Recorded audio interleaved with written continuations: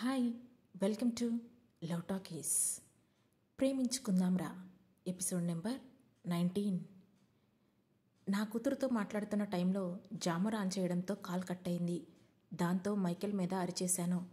తనేం మాట్లాడలేదు, కానీ ఎప్పట్లాగే నా నడుమును పట్టుకొని వదలకుండా దగ్గరకు తీసుకున్నాడు. అతని ఉడుంపట్టు అలవాటైపోవడం వల్ల ఏమో నాలో కూడా పెద్దగా ఏ స్పందన లేదు. జామర్ సాఫ్ చేయడం కుదరదు. నీ సిమ్ వాళ్ళు ట్రేస్ చేస్తారు, కావాలంటే నా ఫోన్ నుండి చేసుకో అని చిరాగ్గా సమాధానం ఇచ్చాడు మైకేల్. సరే ఇవ్వు అంటూ చెయ్యి ముందుకు చాపాను. నా చేతిని అలాగే వెనక్కి మడిచి ముందుకు లాగి, కాస్త నోరు పెరిగింది నీకు అన్నాడు మైకేల్. అతని కళ్ళలోకి చూశాను. ఆ తేనె కళ్ళ మాయలో నేను మళ్ళీ పడిపోతానని అతనికి ఎలా చెప్పగలను? అందుకే తల పక్కకు తిప్పుకుంటూ ఫోన్ ఇవ్వు ముందు అని అడిగాను. ఇడియట్ అని చిన్నగా నవ్వి ఫోన్తో పాటు నా బుగ్గ మీద ఒక ముద్దు కూడా గిఫ్ట్గా ఇచ్చాడు మైకేల్. దాంతో బుగ్గను తుడిచేసుకుంటూ ఐ హేట్ యూ అని చెప్పాను. ముందు ఫోన్ చేసుకో, మళ్ళీ నాకు మధ్యలో కాల్ వస్తే నువ్వెంత గోల్ చేసినా ఫోన్ ఇవ్వను అని సీరియస్గా చెప్పాడు మైకేల్. ఆ మాటతో బీస్ట్ అని కసురుకొని మళ్ళీ ఇంట్లో వాళ్ళకి ఫోన్ చేశాను. అవతల వైపు అమ్మ ఫోన్ లిఫ్ట్ చేయగానే హలో అమ్మా అన్నాను. ఈ నెంబర్ ఎవరిదినిది? ఎక్కడున్నావు నువ్వు? నీ ఫోన్ ఏమైంది అని కంగారుగా అడిగింది అమ్మ. నా ఫోన్లో ఛార్జింగ్ లేదమ్మా, ముందు నేహాకి ఫుడ్ పెట్టు అని చెప్పాను. లేదు, నేను తనని ముట్టుకోను అని తెగేసి చెప్పింది అమ్మ. దాంతో చిరాగ్గా ఫోన్ కట్ చేసి నాకు తెలిసిన ఆయాకి కాల్ చేసి డబుల్ అమౌంట్ పే చేస్తాను, వెళ్ళి పాపం చూసుకోండి అని అడిగాను. కానీ ఆమె వెళ్ళడానికి అస్సలు విల్లింగ్గా లేదు. అయినా ఈ అర్ధరాత్రి టైంలో నా కూతురి కోసం ఎవరు వెళ్తారు? నా పిచ్చి కానీ. అందుకే అట్లీస్ట్ జొమాటోలో ఆర్డర్ చేస్తే అయినా కడుపు నిండా తింటుందేమో అని అనుకున్నాను. కానీ అలా ఆర్డర్ చేసినా ఆ ప్యాకెట్ ఓపెన్ చేసి తనకి పెట్టేవాళ్ళెవరూ లేరు అక్కడ. నా కూతురికి భోజనం పెట్టుకోలేని నా నిస్సహాయతకు నాపై నాకే కోపం వస్తుంటే ఫోన్ పక్కన పడేసి మోకాళ్ల మధ్యలో తలపెట్టుకొని ఏడవటం మొదలుపెట్టాను. వెంటనే బుగ్గలు వత్తి పట్టుకొని మీదకు లేపాడు మైకేల్. సీరియస్గా తన వైపు చూశాను. ఏంటి నీ ప్రాబ్లం అని కోపంగా అడిగాడు మైకేల్. నువ్వే నా ప్రాబ్లం. అసలు నువ్వు మళ్ళీ నా లైఫ్లోకి ఎందుకు వచ్చావు? అక్కడ నా కూతుర్ని చూసుకునే వారెవరూ లేరు అని పూడుకుపోయిన గొంతుతో ఏడుస్తూ అన్నాను. నువ్విలా ప్రతిదానికి ఏడవకు.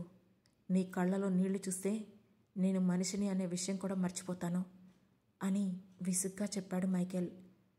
నాకు తెలియకుండానే తన మాటలు వింటూ నా కళ్ళు తుడుచుకొని నన్ను మా ఇంటి దగ్గర దింపేయండి, నేను వెళ్ళాలి ప్లీజ్ అని అడిగాను.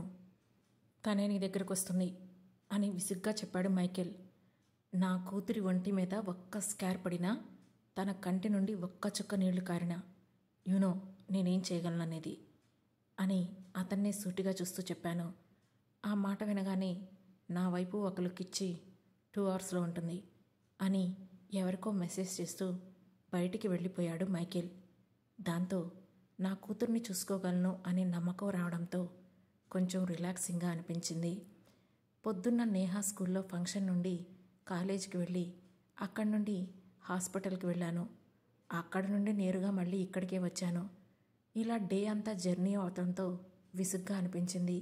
అందుకే నేహా వచ్చేలోగా ఫ్రెష్ అవుదామని లోపలికి వెళ్ళిపోయాను. వాష్రూమ్లో హాట్ షవర్లో అరగంట తడిస్తే కానీ నా గతం తాలూకు జ్ఞాపకాల నొప్పి నన్ను వదలలేదు. టవల్ చుట్టుకొని బయటకు వచ్చేసరికి బెడ్ మీద పడుకొని టీవీ చూస్తున్నాడు మైకేల్. హే, నేను లాక్ వేశాను కదా, మీరు లోపలికి ఎలా వచ్చారు అని కోపంగా అరిచాను. ఇట్స్ మై కింగ్డమ్ బేబీ అని తల కూడా తిప్పకుండా అతను చెబుతుంటే నీస్ మీద వరకు మాత్రమే వచ్చిన నా టవల్ని కిందకి లాక్కుంటూ ముందు లేచి బయటికి వెళ్ళండి అని అన్నాను నేను. ఇంకా నేను చూడండి అక్కడేం లేదులే, కానీ అంతలా లాక్కు, త్వరగా డ్రెస్అప్ అవ్వు అని లేచి వాష్రూంలోకి వెళుతూ చెప్పాడు మైకేల్. నాకు డ్రెస్సులు లేవు అని చిన్నగా చెప్పాను. ఐ డోంట్ ప్రిఫర్ ఎనీవేస్, ఇలానే ఉండు సీరియస్గా ముఖం పెట్టుకొని చెప్పాడు మైకేల్. దాంతో అతని వైపు నేను కూడా ఒక సీరియస్ లుక్ ఇచ్చి అక్కడే ఉన్న మైకేల్ కబోర్డు దగ్గరికి వెళ్ళి అతని షర్ట్ తీసుకోబోయాను. కానీ అప్పుడే దాని పక్కన ఇంకొక క్లోజెట్ క్లోజ్ చేసి కనిపించడంతో అనుమానంగా దాన్ని ఓపెన్ చేశాను. అందులో మొత్తం లేడీస్ బట్టలే. నీట్గా సర్దిపెట్టి ఉన్నాయి. థ్యాంక్ గాడ్ అనుకొని ప్లాజో టాప్ తీసుకొని ముందుగా జాగ్రత్తగా వెళ్ళి మైకేల్ ఉన్న వాష్రూమ్ని బయట నుండే లాక్ చేశాను. ఆ తర్వాత బట్టలు వేసుకొని మళ్ళీ వాష్రూమ్ లాక్ తీసేశాను. జడకి క్లచ్ పెట్టి కిందకి వెళ్దాం అనుకుంటూ ఉండగా జోసెఫ్ నుండి మైకేల్ ఫోన్కి కాల్ వచ్చింది. దాంతో వాష్రూమ్ డోర్ దగ్గరకు వెళ్ళి జోసెఫ్ నుంచి మీకు ఫోన్ వస్తుంది అని చెప్పాను. లిఫ్ట్ అంటూ ఒకే ఒక ముక్క చెప్పాడు మైకేల్. దాంతో కాల్ లిఫ్ట్ చేసి హలో అన్నాను. హలో శ్రీనిధి, మీ మమ్మీ డ్రైవర్ని లోపలికి రానివ్వడం లేదు అని చెప్పాడు జోసెఫ్. నేను చెప్తాను, డ్రైవర్కి ఫోన్ ఇవ్వు అని అన్నాను. డ్రైవర్ ఫోన్ తీసుకెళ్ళి మా అమ్మకి ఇవ్వగానే నేహాను అతనికి ఇచ్చి పంపించమని చెప్పాను. మళ్ళీ ఎందుకు వాళ్ళు నీ లైఫ్లోకి వచ్చారు శ్రీనిధి అని కోపంగా అడిగింది అమ్మ. అతను నా భర్త అని స్థిరంగా చెప్పాను. నా సమాధానం విని మళ్ళీ తప్పు చేస్తున్నావు శ్రీనిధి అని హెచ్చరికగా అంది అమ్మ. నువ్వు నేహాను పంపించు అని 2 ముక్కలు మాత్రమే చెప్పేసి వచ్చేటప్పటికి తనకి ఏమైనా కొనివు జోసెఫ్ అని జోసెఫ్తో చెప్పి కాల్ కట్ చేశాను. ఇంతలో సడన్గా ఏదో స్ట్రైక్ అయినట్లు అసలు ఇక్కడ ఆడవాళ్ళ బట్టలు ఎందుకున్నాయి అనే డౌట్ నా మైండ్లోకి వచ్చింది. కానీ అవి కొత్త బట్టల్లా కనిపించడంతో ఇక దాని గురించి పెద్దగా ఆలోచించకుండా నా శారీ తీసుకెళ్ళి వాషింగ్ మిషన్లో పడేసి వెనక్కి వచ్చాను. ఈలోగా అప్పుడే వాష్రూమ్ నుండి బయటికి వచ్చిన మైకేల్ హెయిర్ను రఫ్ చేసుకుంటూ కాల్ ఏంటి అని అడిగాడు. నథింగ్, 1 అవర్లో ఉంటారు అని చెప్పాను నేను. ఓకే అని అన్నాడు. అప్పుడు మైకేల్ వైపు కళ్ళలో కళ్ళు పెట్టి చూస్తూ నాకు ఈ డ్రెస్ ఇంత కరెక్ట్గా ఎలా సరిపోయింది అని అడిగాను. నన్ను ఒకసారి పైనుండి కింది వరకు చూసి నీ సైజులు నీకంటే బాగా నాకే అని అతను చెబుతూ ఉండగానే అతని నోటి మీద చెయ్యి పెట్టి అడ్డుకొని నా కర్మ అని తల కొట్టుకొని అక్కడి నుంచి వెళ్ళిపోయాను. బట్ ఇంకొక క్షణం ఉంటే అతని అందమైన నవ్వు మిస్ అవ్వకుండా ఉండేదాన్ని. అసలు ఎవరూ లేని ఈ ఇంటికి ఇంత మెయింటెనెన్స్ ఎందుకో నాకు అర్థం కాలేదు. దాంతో కిచెన్లోకి వెళ్ళి ఆకలిగా ఉందని ఫ్రిడ్జ్ ఓపెన్ చేసి చూశాను. అందులో ఆకులు అలములు తప్ప ఇంకేం లేవు. ఇంకా మానలేదా వీటిని? ఇవి తిని ఇంకా అందం పెంచేసి ఏం సాధిస్తారో అని లానో లేనే గొనుక్కుంటూ వెజిటబుల్స్ కట్ చేస్తున్నాను. అప్పుడే పరిగెత్తుకుంటూ లోపలికి వచ్చి నా కాళ్ళు చుట్టేసింది నేహ. ఆవ్, నా బంగారం వచ్చేసావా అని అడిగి తనను ఎత్తి కిచెన్ కౌంటర్ టాప్ మీద కూర్చోబెట్టాను. హా మమ్మీ అంది నేహ. తిన్నావా ఏమైనా? క్యారెట్ ముక్కను తన నోట్లో పెడుతూ అడిగాను. లేదుగా అని పెదవి విరిచేసి చెప్పింది నేహ. జోసెఫ్కి చెప్పాను కదా అని కోపంగా అడిగేలోపే ఒక పెద్ద బ్యాగ్ మోసుకుంటూ లోపలికి వచ్చాడు డ్రైవర్. తన వెనకే వచ్చిన జోసెఫ్ దేవుడా అని నిట్టూర్చి సోఫాలో కూలబడ్డాడు. దాంతో ఆశ్చర్యంగా తననే చూస్తుంటే ఏంటి అలా చూస్తున్నావు? అవన్నీ నేను తన కోసం కొన్నవే. తనేం తింటుందో తెలీదు, అడిగితే చెప్పడం లేదు. అందుకే షాప్లో ఉన్నవన్నీ కొన్నాను, కానీ ఒక్కటి కూడా ముట్టుకోలేదు అని చెప్పాడు జోసెఫ్. ఆకలిగా ఉన్నప్పుడు తినాలి కదా నేహా అంటూ పాప వైపు కోపంగా చూశాను. నువ్వే కదా స్ట్రేంజర్స్ దగ్గర ఏం తినొద్దన్నావు అని ఏడుపు ముఖం పెడుతూ చెప్పింది నేహ. స్ట్రేంజర్స్, అసలు తన లైఫ్ ఇలా ఉండడానికి ముఖ్య కారణం వాళ్లే అని తెలిస్తే తను స్ట్రేంజర్స్ అని వాళ్ళని అనేది కాదేమో అనుకుంటూ, నేను స్ట్రేంజర్స్ పిలిస్తే రావద్దని కూడా చెప్పాను కదా, మరి వాళ్ళతో ఎందుకు వచ్చావు అని అడిగాను. నువ్వు వాళ్లతో పంపించమని అమ్మమ్మతో చెప్పడం నేను విన్నాను. నువ్వేం చెప్పినా నేను చేసేస్తాను, because I'm a good girl అని ఆరిందలా చేతులు తిప్పుతూ చెప్పింది నేహ. నోనో, ఈ అంకుల్ నీకు స్ట్రేంజర్ కాదు, నా ఫ్రెండ్. సో తను నీకేమైనా కొనిచ్చినా పెట్టినా తీసుకో, ఓకేనా అని తన బుగ్గల మీద తడుతూ చెప్పాను. ఓ, నీ ఫ్రెండా అని ముసిముసిగా నవ్వి, నాకు కూడా స్కూల్లో బాయ్ ఫ్రెండ్స్ ఉన్నారు తెలుసా అంది నేహ. అబ్బో అని గిలిగింతలు పెడుతుంటే కింద మీద పడిపోతూ మమ్మీ ప్లీజ్ అంది నేహ. ఓకే, ఫ్రూట్స్ ఇస్తాను, తింటూ కూర్చో, 15 మినిట్స్లో పలావ్ చేసేస్తాను అన్నాను. వావ్, ఓకే అని కిందకు దూకి హ్యాండ్ వాష్ కోసం పరిగెత్తింది. యాపిల్స్, గ్రేప్స్ 2 ప్లేట్స్లో పెట్టి టేబుల్ మీద పెట్టి కిచెన్లో నేను వంట చేసుకుంటున్నాను. చక్కగా నాప్కిన్ పరుచుకొని డైనింగ్ టేబుల్ దగ్గరే కూర్చొని తింటోంది నేహ. కట్ చేయవా యాపిల్ని అని ఆశ్చర్యంగా అడిగాడు జోసఫ్. ఫ్రూట్స్ కట్ చేసి తినకూడదు జోసఫ్, అందుకే తనకి అలా కంప్లీట్గా తినడం అలవాటు చేశాను, అదే హెల్త్కి మంచిది అని చెప్పాను. ఓహ్ అని కిచెన్ కౌంటర్ టాప్ మీద కూర్చొని, ఇన్నేళ్లలో నేను ఎప్పుడైనా గుర్తొచ్చానా అని చిన్నగా నవ్వుతూ అన్నాడు జోసఫ్.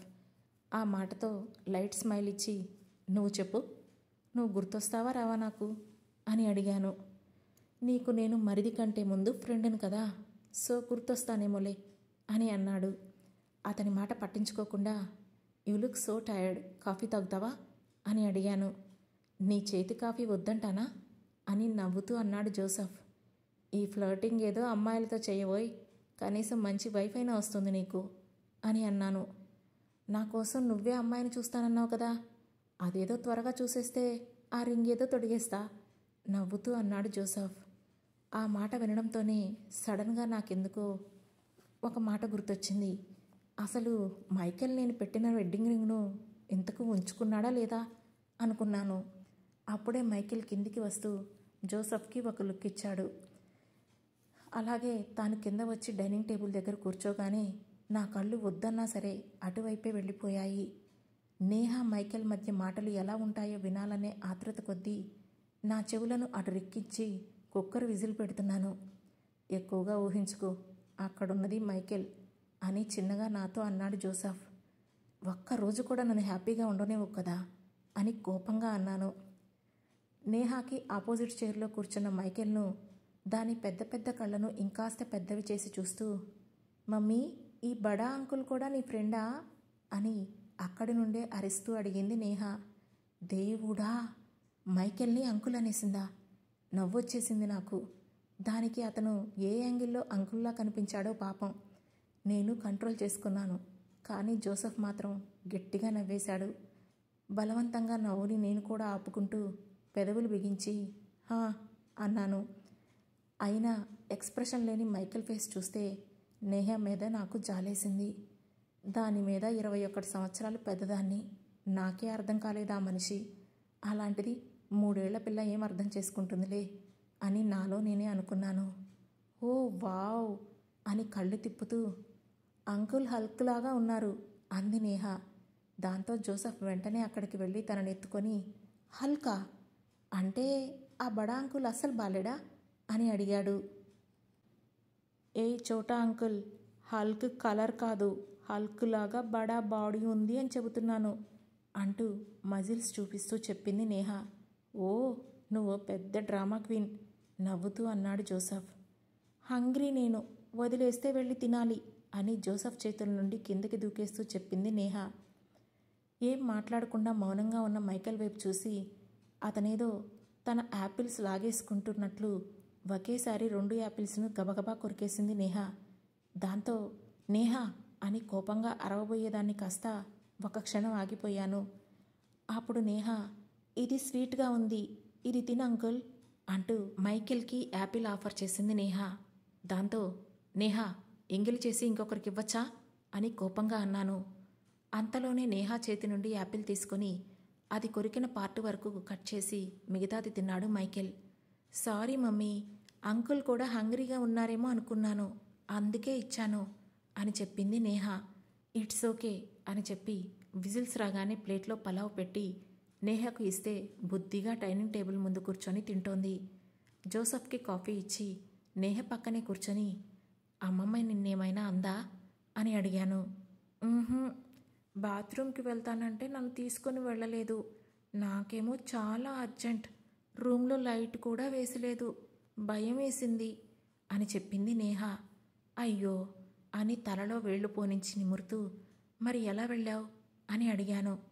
పక్కింట్లో బబ్లు వాళ్ళు ఉన్నారు కదా, నేను వాళ్ళ ఇంటికి వెళ్ళి కాసేపు ఆడుకొని సుస్తూ వస్తుందని చెప్పాను, నన్ను బబ్లు వాళ్ళ మమ్మీ తీసుకొని వెళ్ళింది అని ముసిముసిగా నవ్వుతూ చెప్పింది నేహ. హహ, ఈ తెలివితేటలకు ఏమాత్రం తక్కువ లేవు. ఆ తెలివితేటలేవో ఫుడ్ తినడంలో కూడా వాడచ్చుగా, ఇలా ఆకలిగా ఉండే బదులు అన్నాను. ఫుడ్ నేను అడగను, ఎవరైనా పెడితేనే తింటాను అని గొప్పగా చెప్పింది నేహ.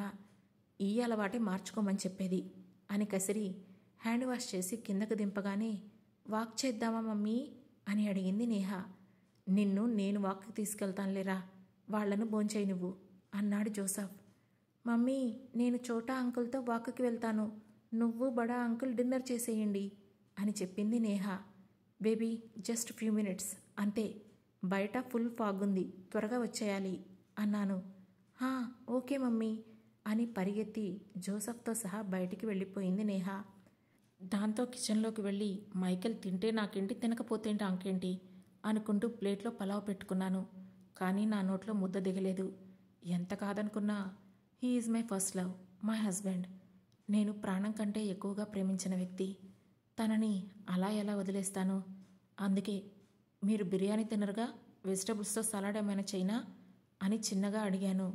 నో నీడ్ అని ఫోన్లో ఏదో కెలుక్కుంటూ చెప్పాడు మైకేల్. నాకు ఒళ్ళంతా పెట్రోల్ వేసినట్లు తగలబడింది. అరే, ఎంత కన్సర్న్గా తింటారా అని అడిగాను. టెక్కు మొహం. అయినా నాకెందుకు పా అనుకొని నేను తినేసి పైకి వెళ్తూ, రేపు మార్నింగ్ నేను నేహ ఇక్కడి నుంచి వెళ్ళిపోవాలి, ఇంకా మీతో మాకు అనవసరం అని నేను సూటిగా చెప్పాను. రేపు కోర్ట్ ఫైనల్ హియరింగ్, నువ్వు ఈ ప్రెమిసెస్ దాటి వెళ్ళడానికి వీల్లేదు అని అంతే స్థిరంగా చెప్పాడు మైకేల్. ఏ, మళ్ళీ నీ అన్యాయాలు బయటపడతాయని భయమా, లేదంటే మీ అక్రమాలు వెలుగులోకి వచ్చేస్తాయని ఇన్సెక్యూరిటీనా అని కోపంగా అడిగాను. That's none of your business అని యాటిట్యూడ్గా రిప్లై ఇచ్చాడు మైకేల్. అందుకే, నాకు అవసరం లేదు కాబట్టి చెబుతున్నాను. నేను చచ్చినా ఇక్కడుండను, రేపు మార్నింగ్ వెళ్ళిపోతాను. Do what ever you want అని కోపంగా అన్నాను. దాంతో నా ముఖాన ఒక శాడిస్టిక్ స్మైల్ విసిరి లెట్స్ సీ అని కూల్గా వెళ్ళిపోయాడు మైకేల్. నేను బెడ్రూమ్లోకి వెళ్ళి బెడ్కి ఒక మూలగా పడుకున్నాను. కానీ ఏవేవో గతం తాలూకు జ్ఞాపకాలు రావడం వల్ల అస్సలు నిద్ర పట్టడం లేదు. ఎంత మర్చిపోదామనుకున్నా తెలియని సఫకేషన్. దాంతో బెడ్ లైట్ వేసి బాల్కనీలోకి వెళ్ళి కిందకి చూస్తున్నాను. అక్కడ మంచులో ఆడుకుంటూ కనిపించారు జోసఫ్, నేహ. వాళ్ళిద్దరినీ చూస్తుంటే చిన్నగా నవ్వు విరిసింది నాకు. ఇద్దరే. నా మూడ్ ఎలా ఉన్నా మార్చగలిగే మనుషులు వాళ్లే. మమ్మీ, రా ఆడుకుందాం కింద నుండే చేతులు చాచి పిలిచింది నేహ. దాంతో నేను నాకు హెయిర్కి ఉన్న క్లచ్ తీసి బన్ పెట్టుకుంటుంటే అంతలో అది కింద వైపు బాల్కనీలో ఉన్న మైకేల్ని చూసి డాడీ, మీరు కూడా అని పిలిచింది. డాడీ? ఆ మాట వినగానే నా గుండె 100 రెట్లు వేగంగా కొట్టుకుంటుంటే మెరుపు వేగంతో కళ్ళు కిందకు దించాను. కింద ఉన్న బాల్కనీలో కూర్చొని ల్యాప్టాప్లో ఏదో వర్క్ చేస్తూ కనిపించాడు మైకేల్. దాంతో నేను హడావుడిగా కిందకు వెళ్ళాను. ఇంతలో, మీ డాడీకి ఇలాంటి ఆటలు రావు, ల్యాప్టాప్తోనే ఆటలాడుకుంటూ ఉంటాడు అని చెబుతున్నాడు జోసఫ్. నువ్వు కామ్గా ఉండు చోట uncle, you come no dad అని కళ్ళు చిన్నవి చేస్తూ అడిగింది నేహ. ఈలోగా కిందకి వెళ్ళిన నేను, Neha, stop calling him dad అని కోపంగా అరిచేశాను. 4 ఏళ్లలో ఒక్కసారి కూడా ఇంతవరకు తన మీద అరవని నేను ఈ ఒక్క రోజులో తన మీద 2 సార్లు అరిచాను. ప్రపంచంలో ఎవరైనా సరే మైకేల్ తర్వాతే అని నాకు నేనే మళ్ళీ ప్రూవ్ చేసుకున్నాను. ఇంతలో, శ్రీనిధి అని సీరియస్గా పిలిచాడు మైకేల్. నేను తనను పట్టించుకోకుండా బయటికి వెళుతుంటే వెంటనే నా చెయ్యి పట్టుకొని లాగి గోడకు పించేసి, నన్ను విలన్లా చేసి చూపిస్తున్నావా అని కోపంగా అడిగాడు. వేరేగా చూపించాలా అసహనంగా అడిగి తన చెస్ట్ మీద చెయ్యేసి వెనక్కి నెడుతుంటే, this time I will kill you అని చాలా కోపంగా ఉబ్బిన నరాలతో చెప్పాడు. ఒకే ఒక మాట చెప్పండి మైకేల్, నేనింకా బ్రతికే ఉన్నానని మీరు అనుకుంటున్నారా? కోపం నుండి ఎప్పుడు బాధలోకి వెళ్ళిపోయానో కూడా తెలియలేదు. కంటి నిండా నీళ్లతో తన రూపం మసగాగా కనిపిస్తుంటే తనని చూడడానికే వాటిని తుడుచుకుంటూ అడిగాను. నీ కళ్ళలో నీళ్లు కనిపించకూడదు అని 1,00,000 సార్లు చెప్పాను అని సీరియస్గా అన్నాడు మైకేల్. నేహ వస్తుంది, జస్ట్ లీవ్ మీ అని అన్నాను. You can't leave me until I leave you అంటూ మేము కలిసిన మొదటి రోజు నుండి చెబుతున్న డైలాగ్నే మళ్ళీ చెప్పాడు Michael. Please leave me Michael, నాకొద్దు. మీ జ్ఞాపకాలు, కదలని రాయి లాంటి గతం, కళ్ళ ముందే ముళ్ళులా పొడిచే తప్పులు, ముందుకు కదలాలి అని ఉన్న అడుగుపడని కాళ్ళు. విసుగొస్తోంది నా మీద. అలసిపోయాను మైకేల్, ఐఎమ్ టైర్డ్ అని అన్నాను. మైకేల్ ఏం మాట్లాడలేదు. ఒక్క గంట పడుకుంటే నా కుటుంబం ఏటిపోతుందో అర్థం కాని స్టేజ్లో ఉన్నాను. ఇంకా నాతో ఆటలు ఆడుకోకండి. మీ రివెంజ్లు పగలు నా మీద ప్లాన్ చేయకండి అని చేతులు జోడిస్తూ చెప్పాను. ఆ మాటతో రివెంజా? What are you talking Srinidhi అని కోపంగా అడిగాడు మైకేల్. ఆ తర్వాత ఏం జరగబోతుంది? మైకేల్ తన కూతురితో కలిసిపోతాడా లేదంటే దూరం పెంచుకుంటాడా? తెలుసుకోవాలంటే వెంటనే మన లవ్ టాకీస్ ఛానల్ను సబ్స్క్రైబ్ చేసుకొని ప్రేమించుకుందాంరా సిరీస్లోని నెక్స్ట్ ఎపిసోడ్ను వినండి. మా ఈ కథ మీకు నచ్చినట్లయితే లైక్ చేసి, షేర్ చేసి, కమెంట్ చేసి, అలాగే హై పాయింట్స్ కూడా ఇచ్చి మమ్మల్ని సపోర్ట్ చేయండి. Thank you.